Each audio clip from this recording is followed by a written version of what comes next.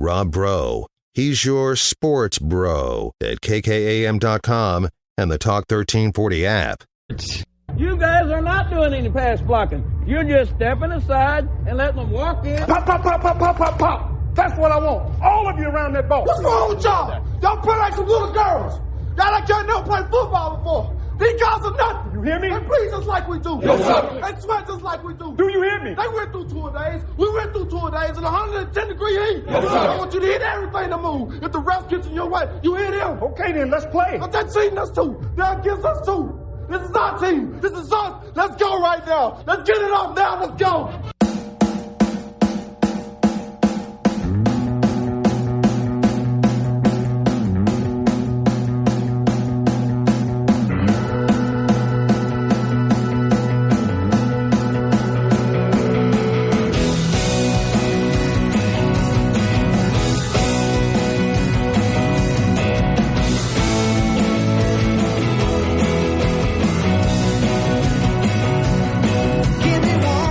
Welcome in. Just one chance tonight.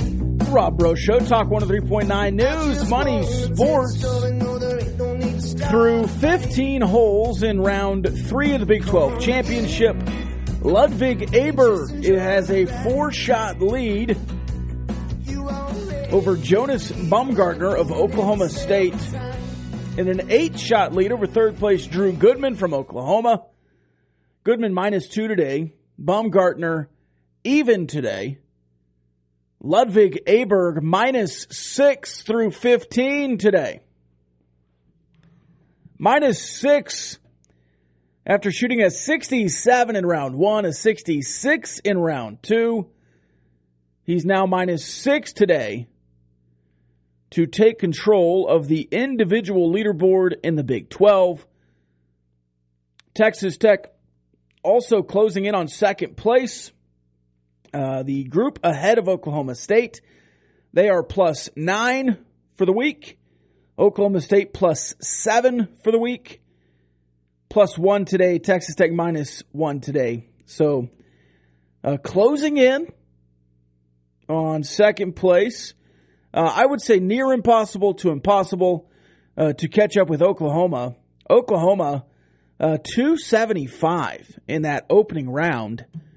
They just kind of put distance between themselves and everybody else, like a 13-shot lead after round 1. It was nearly impossible to catch anybody there after that showing.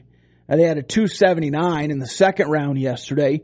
Oklahoma State, a 278. They won the second round yesterday, but pretty much everyone else 5, 6, 7 shots behind, including Texas Tech, which has created the -6 to +7, +9 range that they see themselves in now. Still 11 strokes behind. Oklahoma just fighting to stay even through the remainder, and they'll be fine. Finishing up already, West Virginia, Baylor, Kansas, and Texas. Texas leading today at -5. They're on the heels of Texas Tech at +12, though on the final 2 holes, that also seems like a big task. Feels like Texas Tech will finish inside of third place for the Big 12 Championship, and they will move on to a regional. I think Texas Tech at large was going to be in a regional regardless, but is what it is. That's the Big 12 golf update for you to start the show. This is the Rob Bro Show, Talk 103.9 News, Money, Sports. I am the host. You are the co-host. You can text in, but texter beware. This one texter apparently will not miss the smart-ass comments to the texters that do text in to both the Raiderland and this show. Sorry. You knew what you were getting there.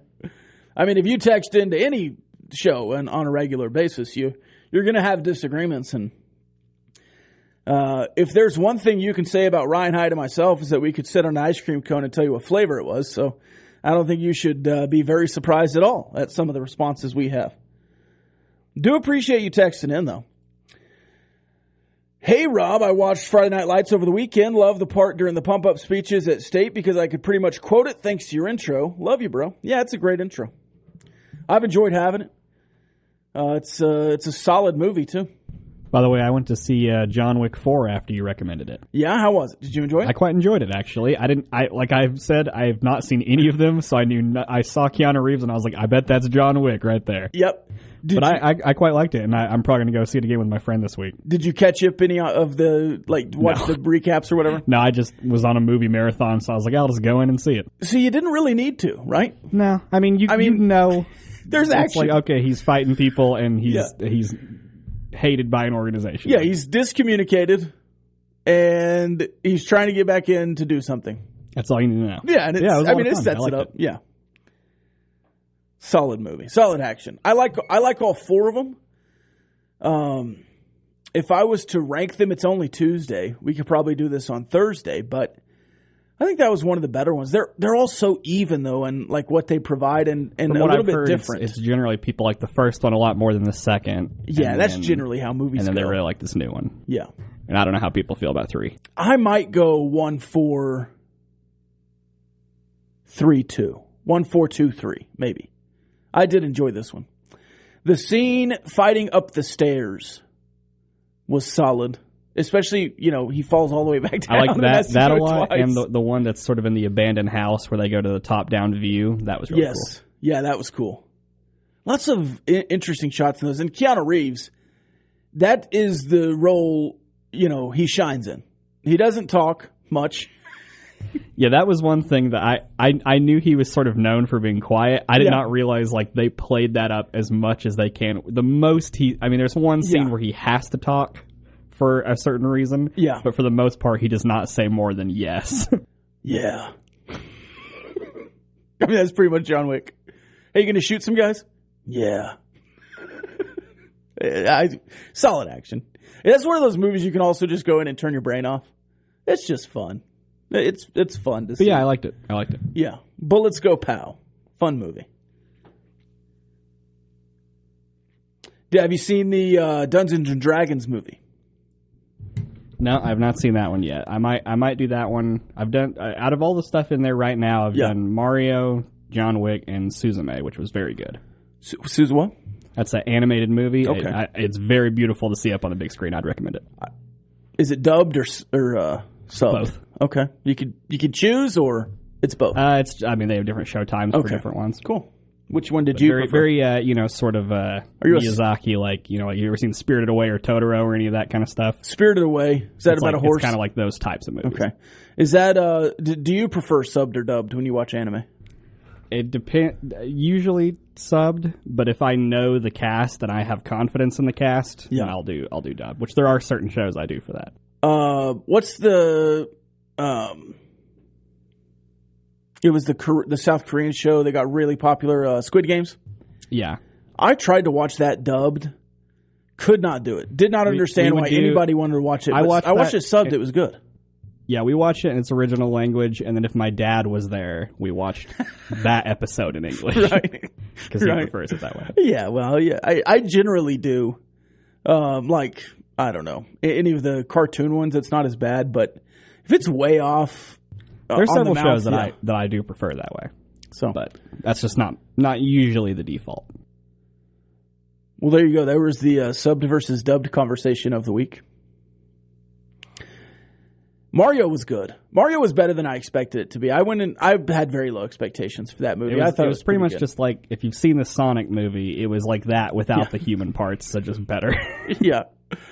And I will say, we talked about this, I guess me and my nephew maybe. I kind of wish they would have done Sonic animated, because then you could have done 20 of them. Well, they have Sonic 17 shows, Mario ones, and they do quite well. Yeah, they do. Or are regarded quite highly. But, I guess Jim Carrey, you can't complain about it, Jim Carrey. Are they doing a third Sonic? They are. Is his mustache going to be even bigger? Is that kind of the bit they're going for? Apparently, I heard the second movie was supposed to be his last. Like he had like a contract that was like he would do 2 movies or whatever. Yeah. But I've also heard that maybe that's not as solid as people thought it was. So I don't know. We'll see. I don't know But I don't think he's planned to be in the third one. I don't know the Dr. Eggman. Eggman. I don't know the lore there. I guess is Knuckles taking over as the main bad guy? These movies very loosely follow that. It doesn't really. I mean, they're going to the human world, so it's like they kind of take it pretty loose. All right. Okay. Sports are going on too. You might have seen Elijah Fisher on a podcast. I don't know. We can talk about it if you want to. If there are questions on it, we can discuss it. I've not listened to the full podcast. I've just watched a couple of clips. To me, nothing he said was wrong. And if you took it negatively, that's probably you just not sharing the same experiences as him and finding a way to be offended. I don't know.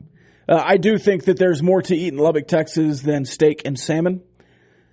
But I don't think that Elijah Fisher got off campus much. Most college athletes have no reason to be off campus much. Especially a kid who should be a senior in high school and is coming thousands of miles away to a college town. And he specified that I don't think he was prepared for. Coming from a big city to a college town, I'm sure that is a culture shock. And he expressed that in a way that an 18-year-old kid might. More text on the text line. We'll also talk Texas Tech baseball. They play ACU tonight in what should be a good matchup. Those are pretty evenly matched RPI teams. Much different in the rankings, much different in, let's say, the analytics and the statistical makeups of the team. But ACU played Grand Canyon really close. Grand Canyon came in and played you. You beat them twice. You should beat ACU. Stranger things have happened, especially on the road for Texas Tech, though you have slayed a few of those demons in the last month, or at least a few weeks, with a win in Stanford and with 2 wins in Oklahoma. But still, going on the road, it's another opportunity. And that'll prepare you to go play a different Purple team, a different Purple Wildcats team this weekend. So you get 4 Purple Wildcats this week. This texter, bro, how are you? I am fine. I'm good too. Will you still mold? I think this is, will you still hold a bold claim to be a Cliff Kingsbury lookalike on your move to greener pastures? I'll let the people decide that.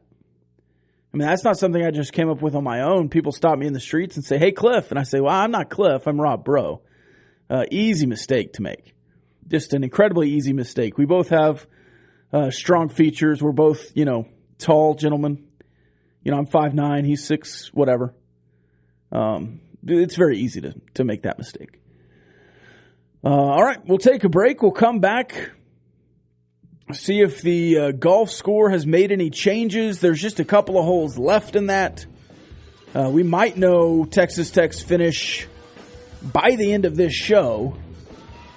And of course, it doesn't really matter in respects to heading out to a regional. And there's not a big difference between second and third place, but certainly the individual prize there for Ludwig Aberg will be pretty sweet for him. All right, we'll take a break. When we come back, the Rob Bro Show, Talk 103.9 News, Money Sports.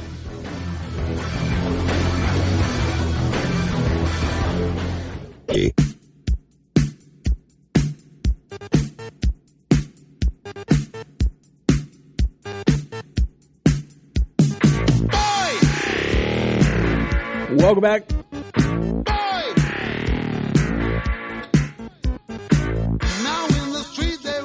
It's the Rob Bro Show, Talk 103.9 News, Money Sports. Sometimes softball questions are not the opinion of who's asking, but to draw a response. Did you think listeners should bring cake to your final show? No. This isn't the final show. The final show is Friday. I don't expect any kind of certain kind of text. You can bring cake if you want to.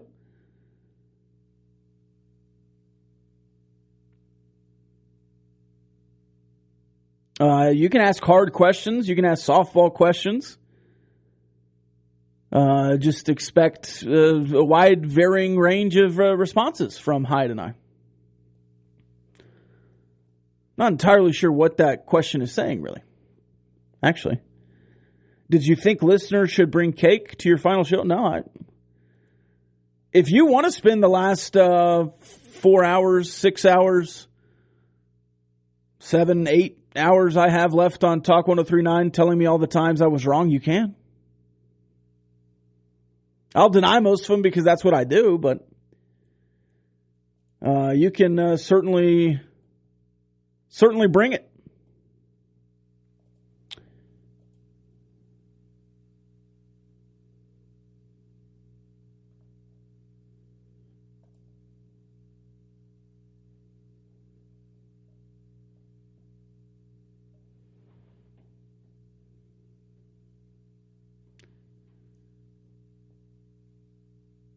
I have no idea what some of these texters are saying today. I'll just move on from that. All right. Oklahoma still leading the Big 12 championships. They have gone to +2, though. A couple of poor holes for them. Texas Tech rounding out the final couple of holes now, still +8, or have moved to +8. Oklahoma State still +7. So an opportunity there for a good finish. And then you have Ludwig Aberg still -13. Has not finished up the 16th hole yet. I believe there's a match play round also in the Big 12 tournament to move on from this, and I think that's tomorrow morning. So we'll have the round, the actual golf being played today, and then move on to the match play before regionals. And I will say, playoff golf, regional golf, match play, all the way into the national tournament, exciting times. I remember following the golf all the way through last year, and I thought that was really fun, especially when you're good. And I think Texas Tech golf's very good this year. I don't think they had quite as good a showing as they wanted to on day one. Certainly playing better today. Baseball today, Zane Petty will take the mound for Texas Tech. He's 2-0 with a 5.02 ERA. He is the projected starter for ACU, the projected starter. Max Huffling, a 3-1 record, a 4.13 ERA. And this is certainly a time where ACU is pitching backwards to the midweek, throwing a great pitcher in the midweek against a team like Texas Tech. Max Huffling has been good this year. So is ACU, 25-14. They are 10-8 in the WAC. Not ranked. Texas Tech ranked 14th, 10th, 15th, 22nd, 15th, and 13th across the 6 major publications. Gavin Cash dipping below 400 at 392 after a weekend that he would like to move on from. He did hit another home run on Friday. He leads the team in RBI with 67, up near the top 5 in RBI and home run, if not at the top of those national categories, Big 12 categories. Kevin Bazell leading the country in doubles. Gage Harrelson as a freshman hitting 340, 63 hits, 14 doubles for him. Bazell has 22 of those doubles as a redshirt freshman. Cash is a sophomore, but in his first full season of playing, he has already tied for 4th in most home runs in Texas Tech history with 20. He is 1 away from tying Jace Young. And kind of that, I would say, ultra-modern era. Cam Warren also was up there. Zach Reams was up there. I believe he's passed both of those guys.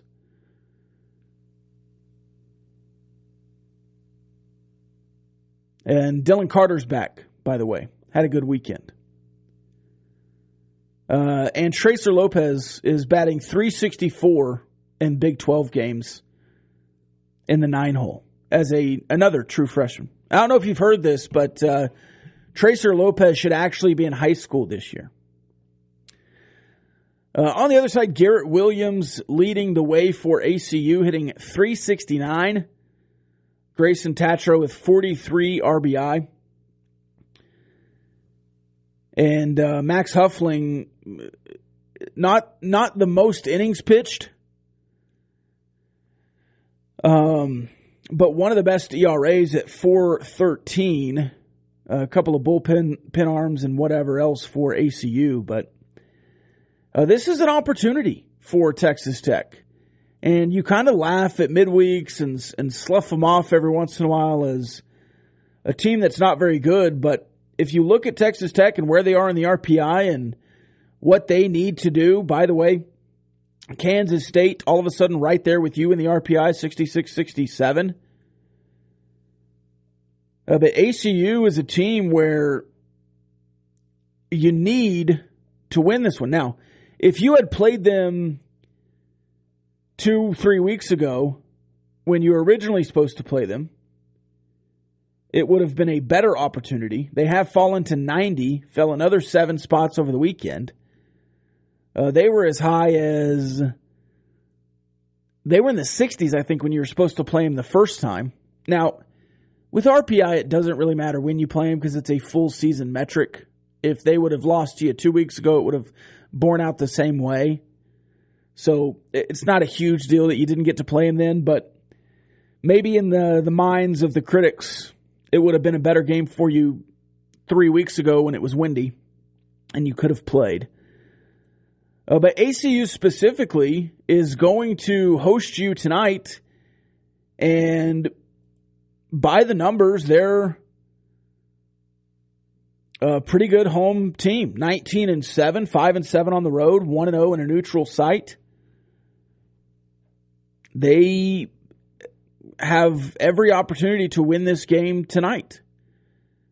They are 4-1 against teams that match Texas Tech's RPI.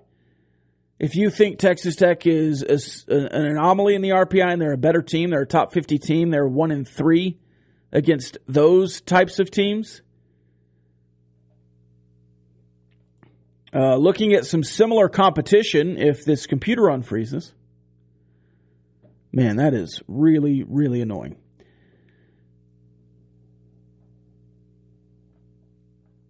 Almost pauses the brain as well. They beat Oklahoma early in the year 4-3.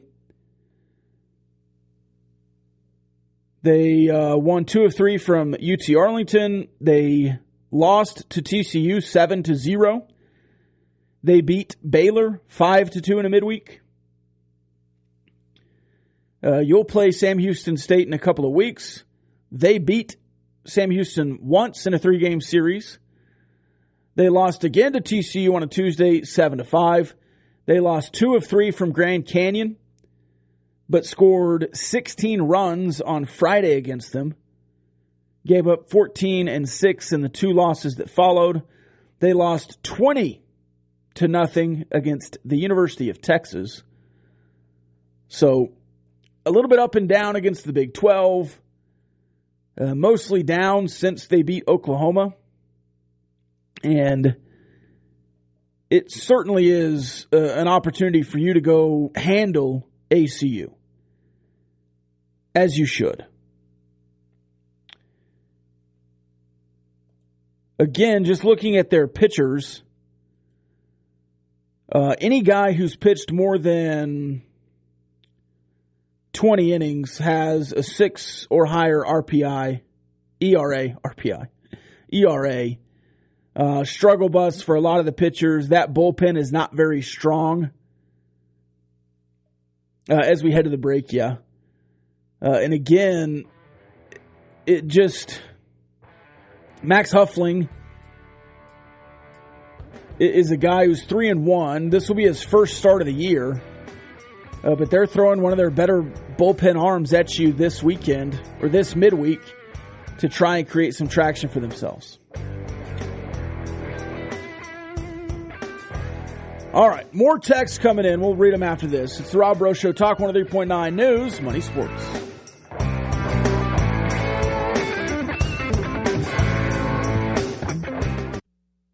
Talk 1340. News, money, sports. I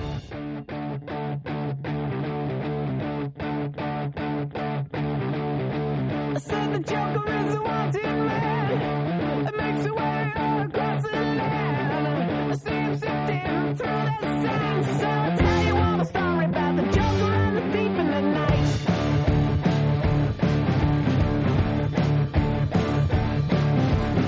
He's always laughing in the midst of power. Welcome back. This is the Rob Breaux Show, Talk 103.9 News, Money, Sports. 20 minutes left.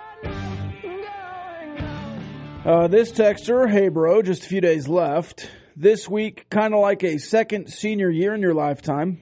I think the Texans will take Tyree Wilson at 2 and a quarterback for their second first-round pick. This is actually like my third and a half senior year, if you count all the senior years I had in college. Would love Tyree Wilson to the Texans at 2, again, just so he doesn't have to go to the Cardinals. And I would like him in Texas. I've never been anti-Texans, like some people would say I am with the Astros. I have no ill will toward the Texans. I would absolutely root for the Texans if Tyree Wilson was a part of that organization. I am a big fan of DeMeco Ryans. If he tries to run his franchise opportunity here with the Texans like he's trying to do kind of a replication of what the 49ers have done, I really don't think they need to draft a quarterback at all. And they have enough holes, especially defensively, that you could go to top, what is it, 12th? What is that second first-round pick, 12th? And then I've also seen them attached to move back up later in the first round for a third time and sacrifice a little bit of what they're doing a little later in the draft to get 3 first-round picks. That would be very good, especially if they can hit 3 times. And, you know, on a rookie deal, what they have at quarterback is not bad. And if you are focused on building a defense and then finishing it off an offense when you're competitive defensively, that's not a bad way to run your NFL franchise. Some would say, and I'm certainly in this camp, that drafting a quarterback too early is one of the worst things you can do. Not only because it starts the clock on a second contract and then you have to pay the guy, and you hamstring yourself on building. But more than that, he's either going to get beat up in year 1 like Joe Burrow did and tear his ACL, or sit out a year like Patrick Mahomes did and you're kind of behind the 8 ball still. Especially if you're not already a complete team. The Chiefs were already a complete team. The Cowboys were already a complete team when Dak Prescott got drafted in the 4th round. By the way, Aaron Rodgers to the Jets. Who's the best quarterback in the NFC right now?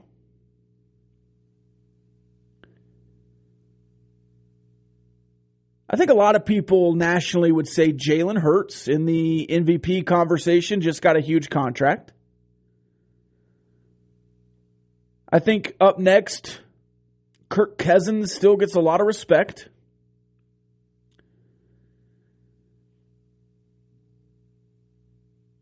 Dak Prescott next? Is Dak Prescott a top 3 quarterback in the NFC? Is he top 2? Is he better than Kirk Cousins? Is Dak Prescott better than Jalen Hurts? Is he the best quarterback in the NFC?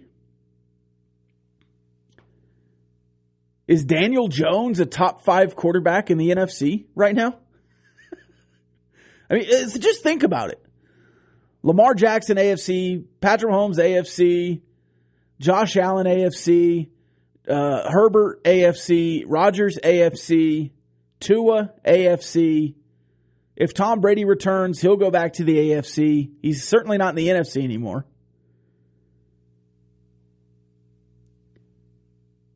I mean, 8 of the top 10 quarterbacks in the NFL are AFC quarterbacks. Joe Burrow, AFC. Am I missing somebody? I mean, are you putting Brock Purdy up there after his rookie year? He's not even going to start where he is. Jimmy G's in Vegas, AFC. Russell Wilson, AFC. Is Geno Smith a top 5 NFC quarterback? Legitimately, who am I missing? Justin Fields, Jared Goff.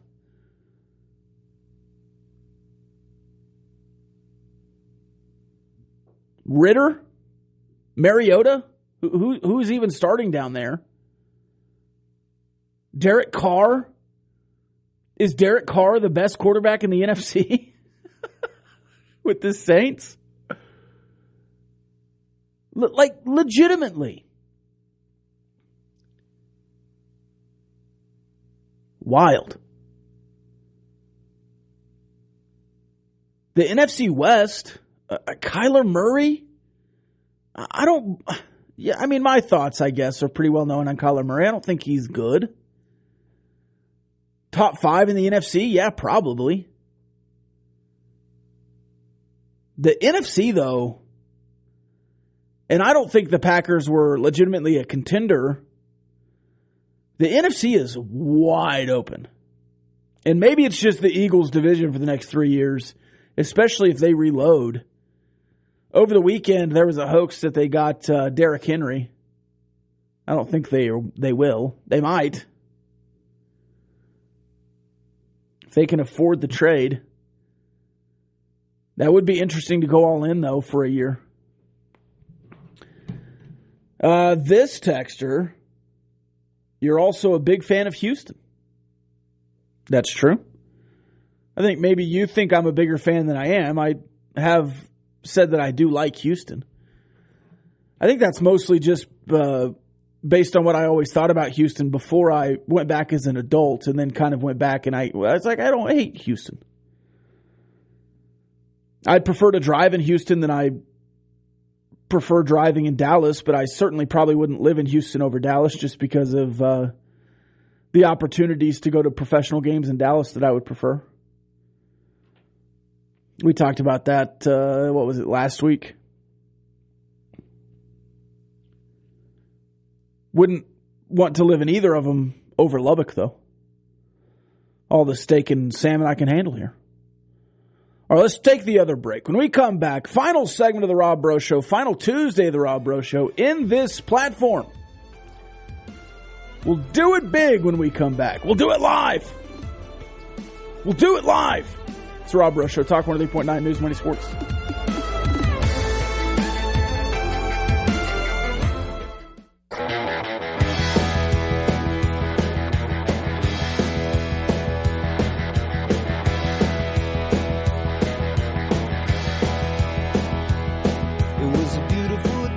Welcome back. It's the Rob Breaux Show, Talk 103.9 News Money Sports. This texter, Dak Prescott, wouldn't be the best quarterback on the roster at Katy or South Lake Carroll. I mean, that's just blatantly false, but go off, I guess. Let's see. Oh, yeah, it is ESPN Plus broadcast tonight, 6 p.m. They're in Abilene, Texas. Play-by-play brought to you by Andy Penny. If you listen on the radio, obviously the usual guys there. But the ESPN Plus broadcast, I would assume, and this is just an assumption from me, but I would assume this ESPN Plus broadcast will be better than a lot of what's put out in the Big 12. Which you can,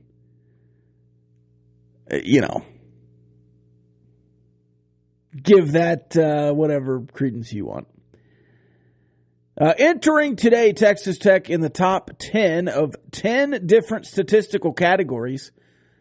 So again, 67th in the RPI. So the RPI says Texas Tech is the 67th best team in college baseball. They're number 2 in hits. They're number 2 in double plays. They're number 2 in sac flies. They're number 4 in runs. There are 3 teams that have scored more runs than Texas Tech this season. They are 5th in doubles. They are 6th in walks. They are 7th in triples. They are 7th in double plays per game. They are 8th in batting average. They are 8th in runs per game at 9.2.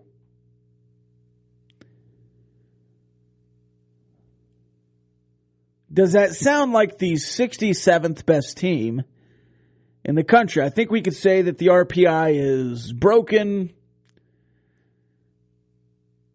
as far as Texas Tech goes. Now, there are other conversations to be had about why Texas Tech RPI has been a problem for 2 straight seasons. Probably should be playing more road games early in the season. Probably should be playing more Power 5 opponents early in the season.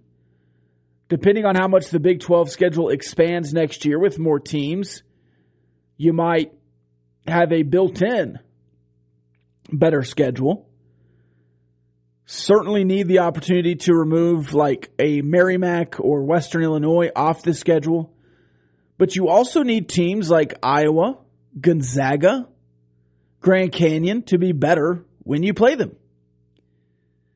Grand Canyon, a tournament team last year, has just not been as good this year. Gonzaga, a tournament team last year, has not been as good this year.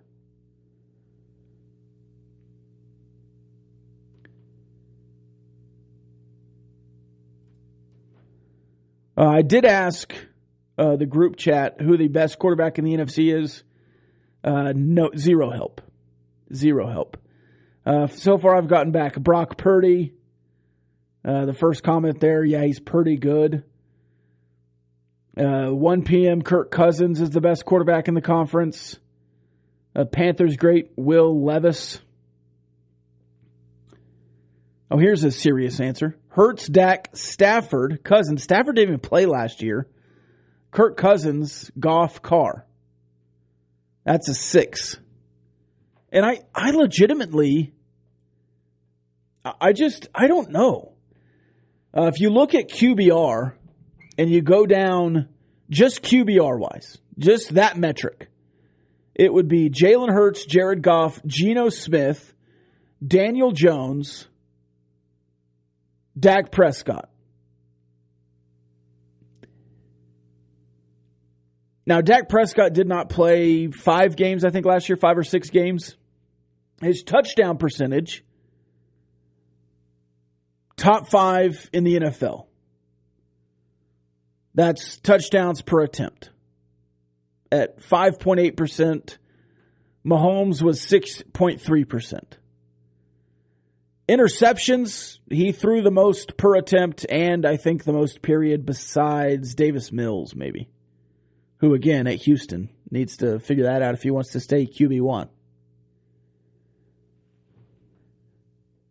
If you go by quarterback rating, Dak Prescott a little bit lower. In the NFC, Jimmy G, who's not there anymore, Jalen Hurts, Geno Smith, Jared Goff, who had a career year last year, took care of the ball. Then you go Andy Dalton, who no longer the starter in New Orleans.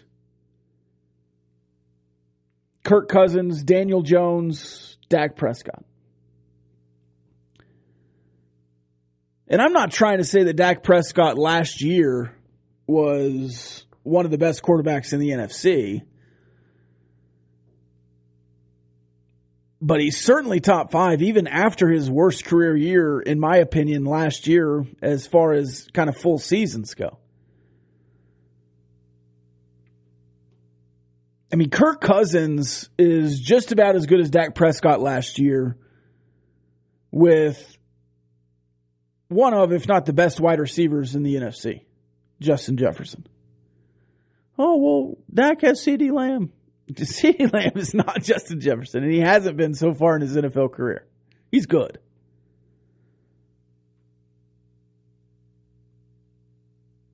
I think my point is, whoever the Panthers draft, if they draft a quarterback, he might be a top 5 quarterback in the NFC just immediately by virtue of there's not a lot of guys that are very good right now in the NFC.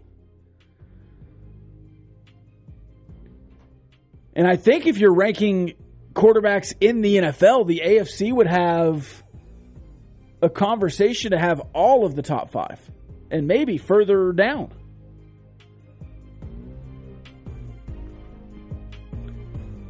I mean, Mahomes, Josh Allen, Joe Burrow, the top 3 quarterbacks. Hurts, I guess, is next.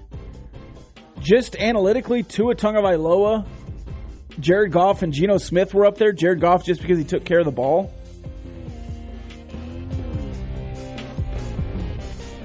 I think I would safely bet on Dak Prescott being a top 3 quarterback in the NFC, though, in the coming year. I think I could take that bet. All right.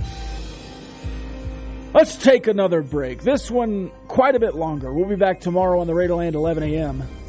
I've been Rob Bro. I'll be Rob Bro. We'll see you then.